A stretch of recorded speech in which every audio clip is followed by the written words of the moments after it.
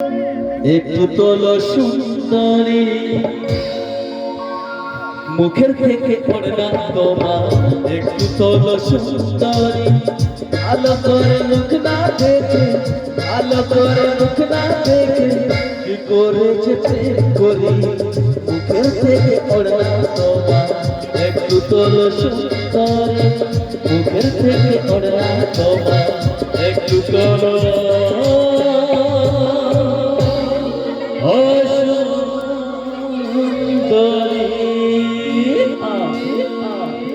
এটি কি হয় রে গো?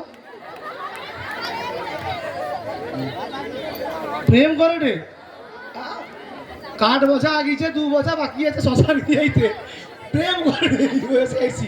আচ্ছা হ্যাঁ, একবার আয়োজক কমিটির জন্য জোরদার হাতের তালি চাইবো সবার কাছে, সকলের কাছে, বিবেকানন্দ ক্লাবের জন্য ধন্যবাদ।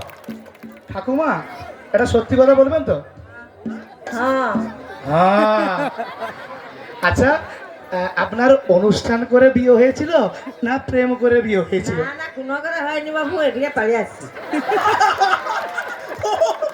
আরে আমাকে বৃষ্টি যাইতে হবে, আমি নন্দীগ্রাম ছাড়ি যাবানি, ওঠে রইব আমি। পরে অনুষ্ঠান করিও হয়নি, প্রেম করে আমি অমনি বাড়ি আসছি। হ্যাঁ, তখন তো প্রেম না। এই বয়সে যদি এরকম দেখতে হয়, যখন 16-17 বছর বয়স, পাড়ার কোনো ছেলে বাকি ছিল না। ও বাবা গো, এখনকার দিনের প্রেম আগেকার দিনের প্রেম অনেক পার্থক্য ছিল। কারণ কি, এখনকার দিনের প্রেম, এই যে ইয়ং মেয়েরা বসে, আমার বোনেরা বসে রয়েছে, হ্যালো মা, আমি গেড়া মদনকে ভালোবাসতি, তাকে লিয়া চণ্ডীপুর চলে আসছি, আমাকে আর খুঁজাখুঁজি করবো নি। এখনকার প্রেম, আগেকার প্রেম কেমন হতো? দাদু ঠাকুমার হাত ধরতো আর গাইতো। কেমন কি গাইতো? যেতে যেতে কিছু কথা বলবো তোমার কানে কানে,